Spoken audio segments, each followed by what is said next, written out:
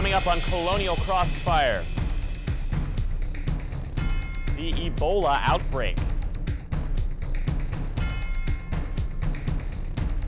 the midterm elections, and protests in Hong Kong. Joining us on the left, Owen Evans. On the right, Christian von Nispen. And I'm your moderator, Kevin Fry. This is Colonial Crossfire.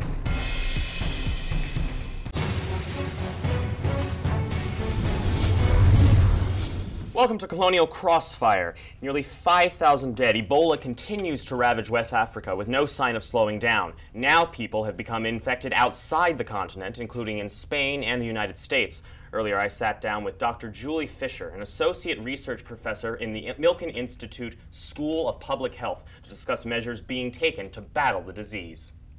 All right, Dr. Fisher, so let's start with the very big question that's on everyone's mind. We've seen mass hysteria in the media. What is the true risk of a widespread outbreak of Ebola here in the United States?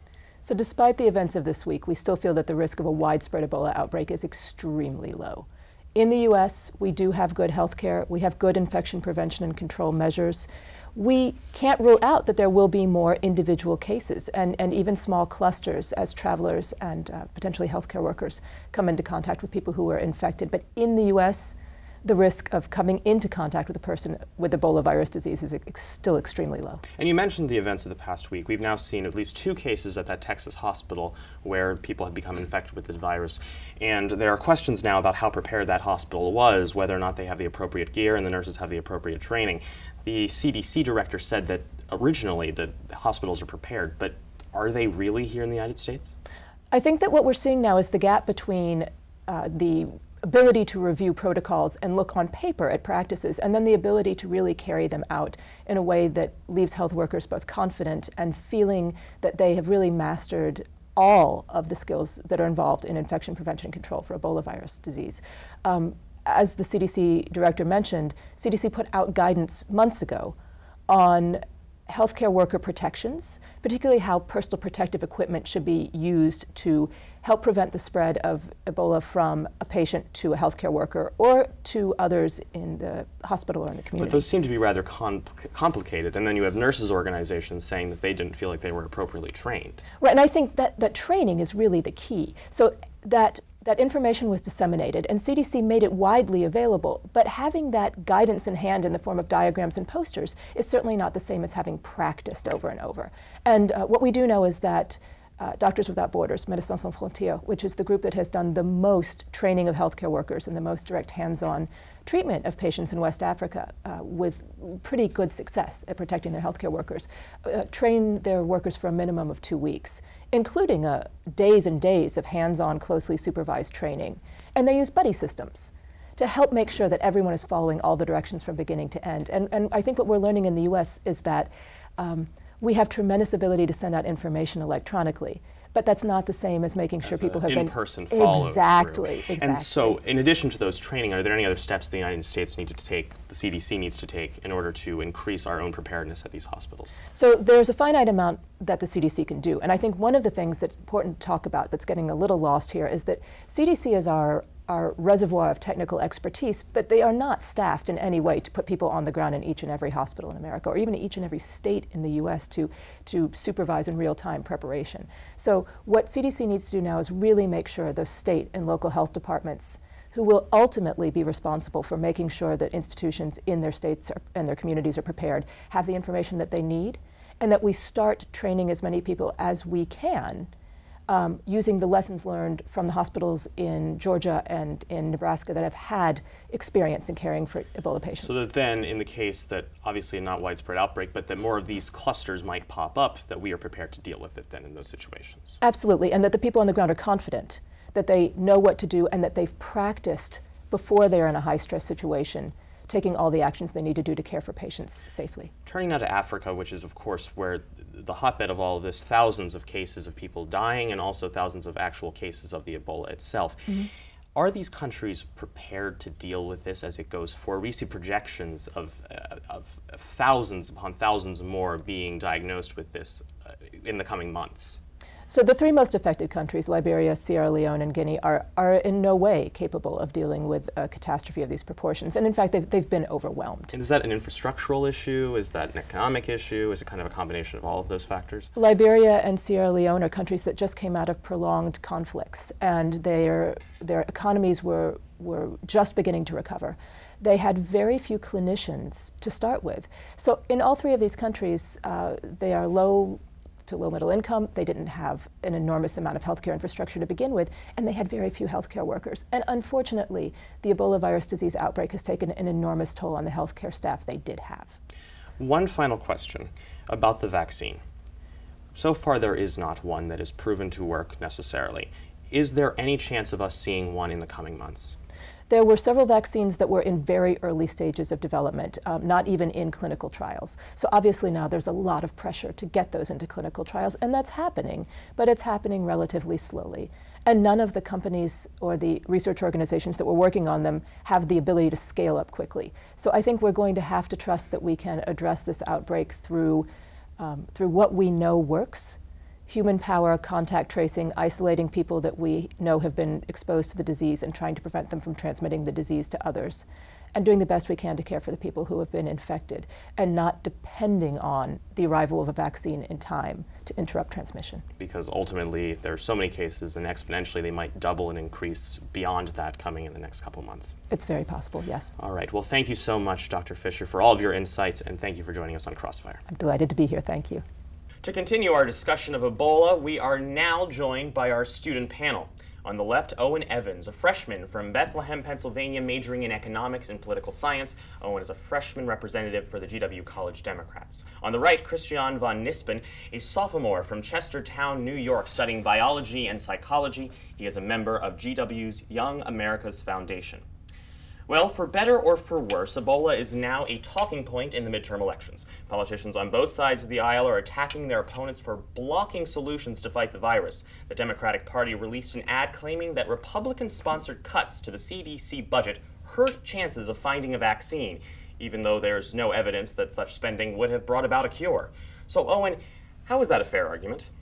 I think it makes sense. It seems to go along with the gridlock in Washington, but I don't know. I'd like to think that they're doing the best that they can to promote the vaccine, but I can easily see this getting in the way. So I see it both ways, but I would not be surprised if. So, but it still seems that the Democrats are basically taking this and using it as a talking point, even though necessarily there's no evidence that money and spending, no matter how long it takes, vaccines are not necessarily a guarantee when there are money put into the system. That's true. I mean, but why not? Why not try? I mean, why not put more effort into it? I understand the market problem with it, but it's a good attempt, especially when we got people coming in here now with it. So I think it's worthwhile and something we should look into. Do you have a response to that? Well, I think the notion that somehow that the Republicans, by cutting, or that the notion of Republicans cutting the budget is completely absurd. The gridlock in Washington is apparent, and the cutting that they're referring to refers to the sequestration, which was due to the Budget Control Act of 2011, which was passed by both the Republican House and the Democratic Senate. And I think something that needs to be added into here, and then we'll move on to a different questions inherently part of this, is that the NIH is saying that they've seen cuts in spending too, but statistics show in their own data and their own reporting shows that their own Ebola disease prevention spending has actually remained relatively constant throughout the past 4-year period, even with these cuts to different disease prevention spending. Different question for you, Christian, this time. Meanwhile, some members of the GOP are calling for increased security at airports. Senate candidate Tom Tillis went so far as to call for a ban on all travel from West Africa to the U.S. But many global health experts say this may worsen the situation by harming the fragile African economies and making it harder for doctors to get there. So, Christian, should they be banning these flights? Well, they definitely have to provide serious consideration to that notion. We're at a point where we've already had one individual come across with Ebola, and although the chances of a widespread outbreak in the U.S. is very small, in a first world country with such a great healthcare system, it's not likely. But at the same time, any unnecessary loss of life or suffering due to Ebola is, if you can prevent that, that's something that you should probably do.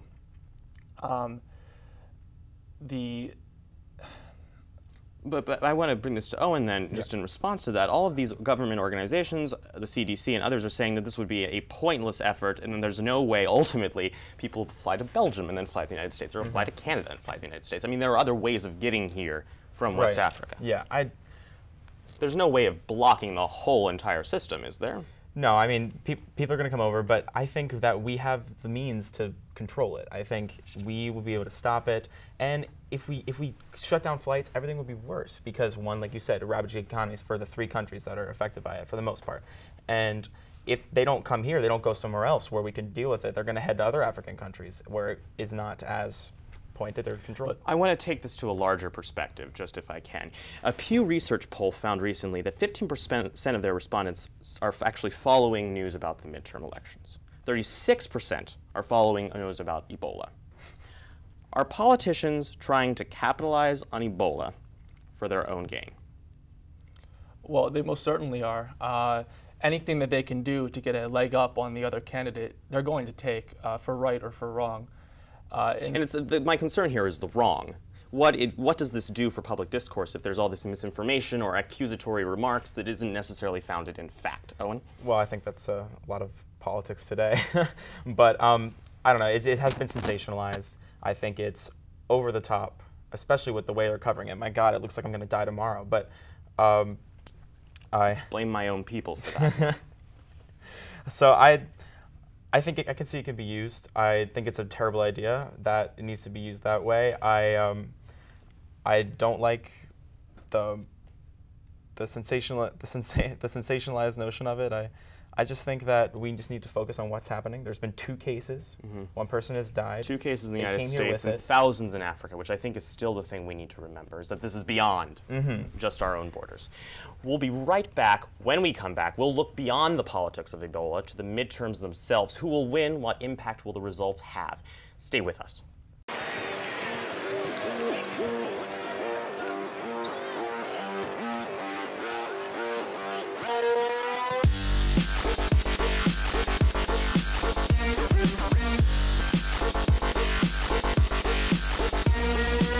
Buzz started for me out on the line outside of the Barclays Center. You know, a lot of GW alumni filtering in. I'm just so proud to be an alumni and be a part of this movement.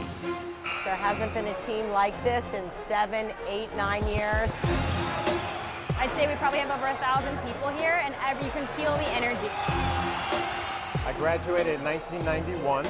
I graduated in 2009. I graduated in 2005 from the Elliott School. The School of Medicine and Health Sciences. From the Columbian College. If you want a place to be in the world tonight, it's right here with all of our alumni, students, parents, friends of the George Washington University. It's just important to have a community that supports our student athletes.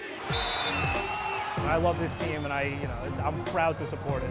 Everyone that's participated and made this happen knows it didn't happen overnight. What we're trying to do is develop students and student athletes to really impact the world. This is an even better turnout than last year. The first thing it can really do for us is get our name out there. Applications the next year go through the roof. Tonight, you are the George Washington University. It raises the school spirit and makes us all proud to be Colonials. And you have really galvanized our whole university community. You're building a spirit and you're building a family within the university stronger than we've ever had before. Gentlemen, go out there and raise high. Crank it up. Raise high! Raise high! Win, baby. Crank it up. Raise high, the buff and blue.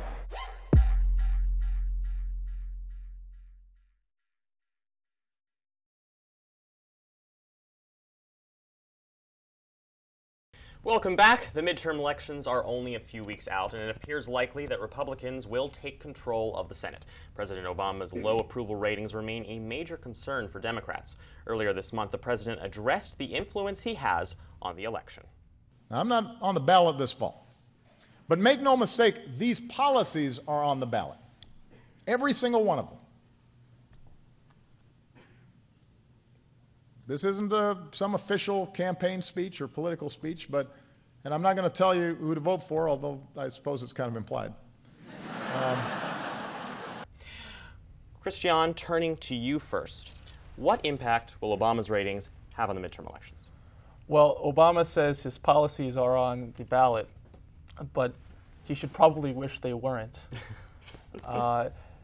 For right or for wrong, his approval rating due to his policies is about 39% right now, which is quite similar to what George W. Bush's was in 2006. It's the Washington Post poll recently showed it at 40%, which is his lowest ever. Right.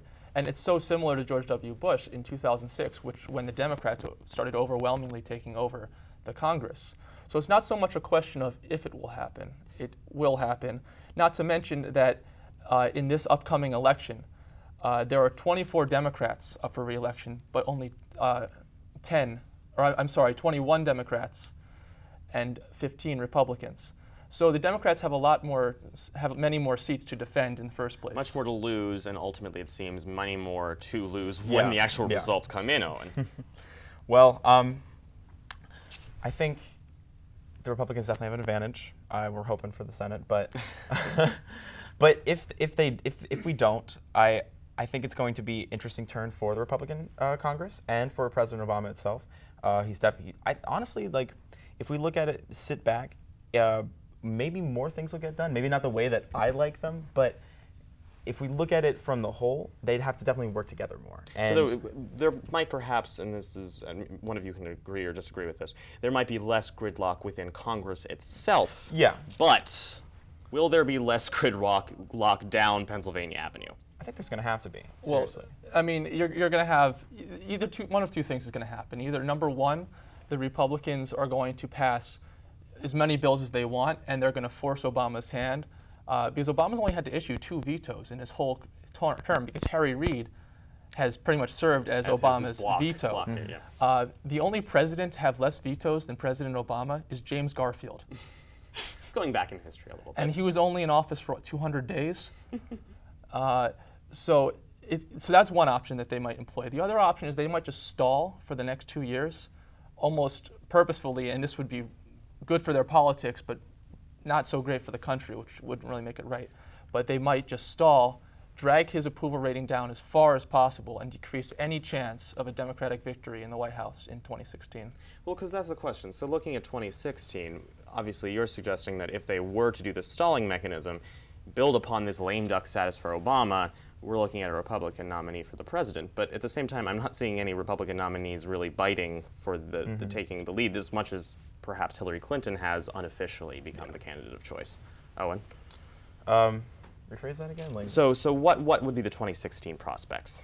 Oh, okay, for the Republicans? As a result of what might happen at the midterm. Okay, well, I'm just thinking. Like I said, I think they're going to have to work together. I think Obama's going to have to do something. He doesn't. It's not like he wants the country to go down. Like he needs to move forward. I'd like to think that no one in this city would like to see the country go down.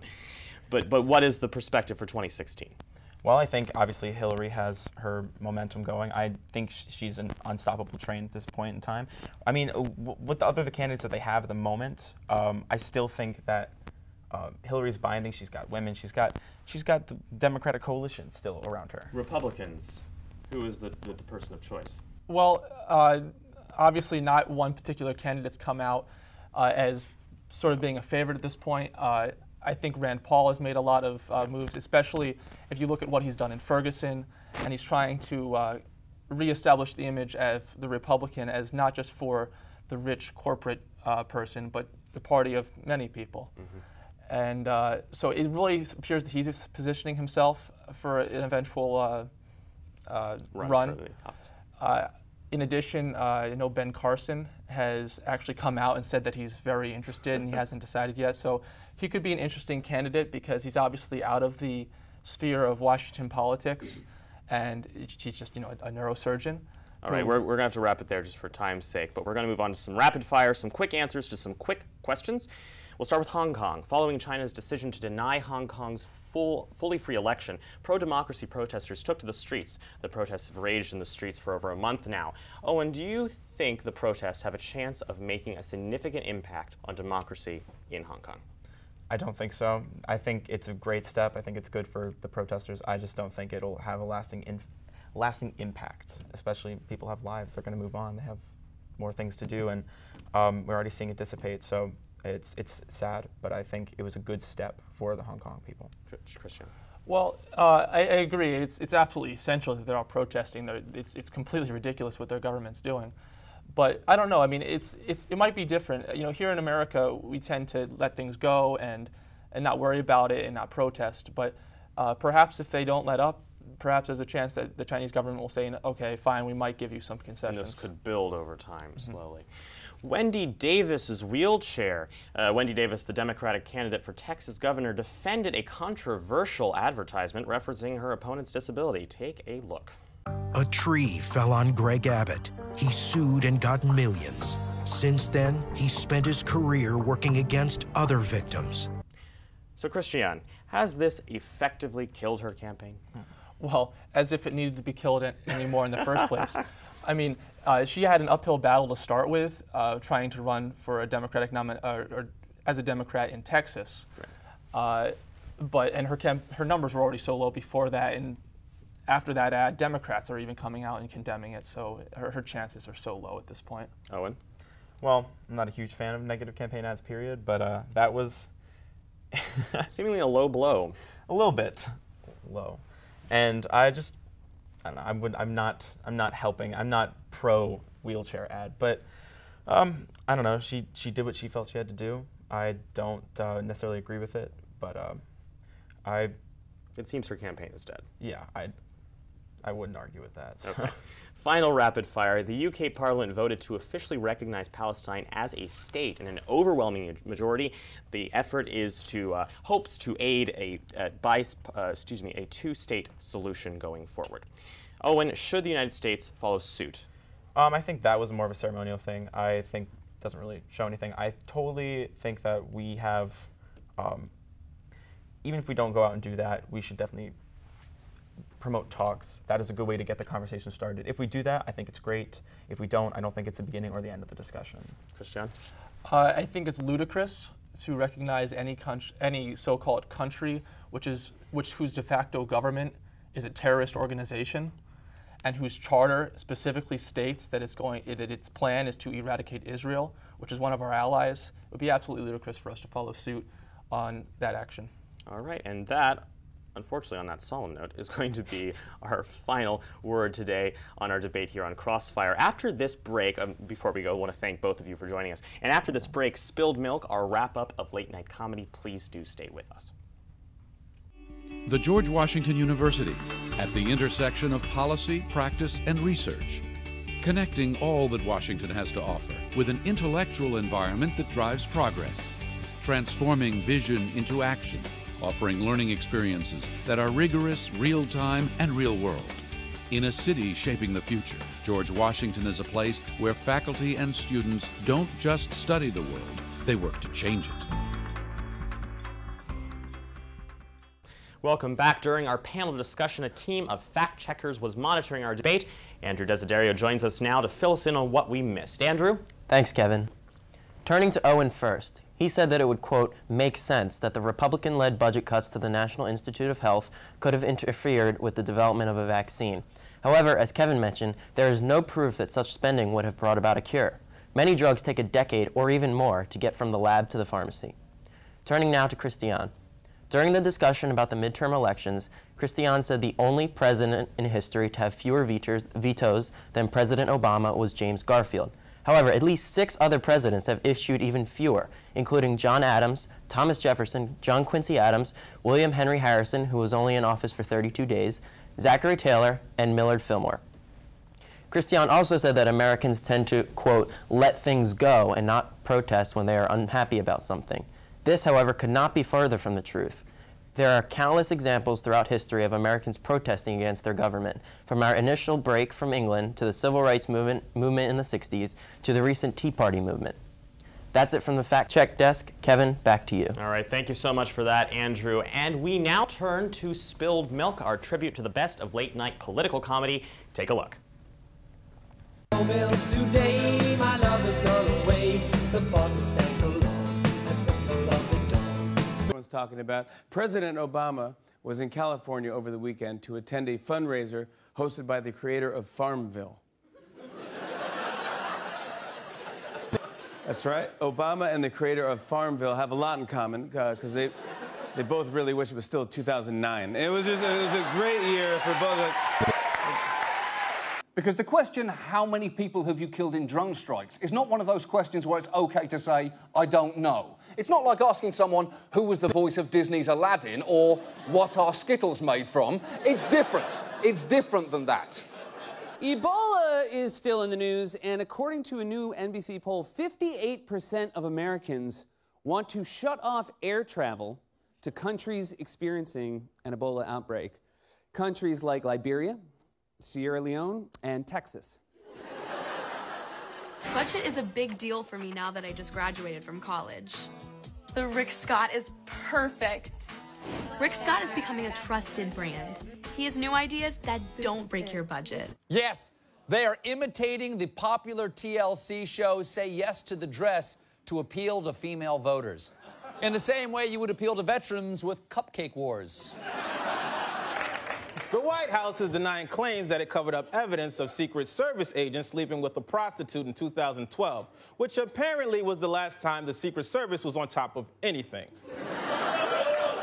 All right, well, that's all for this episode of Colonial Crossfire. For all the latest updates from our political team at any time, be sure to follow us on Twitter and like us on Facebook.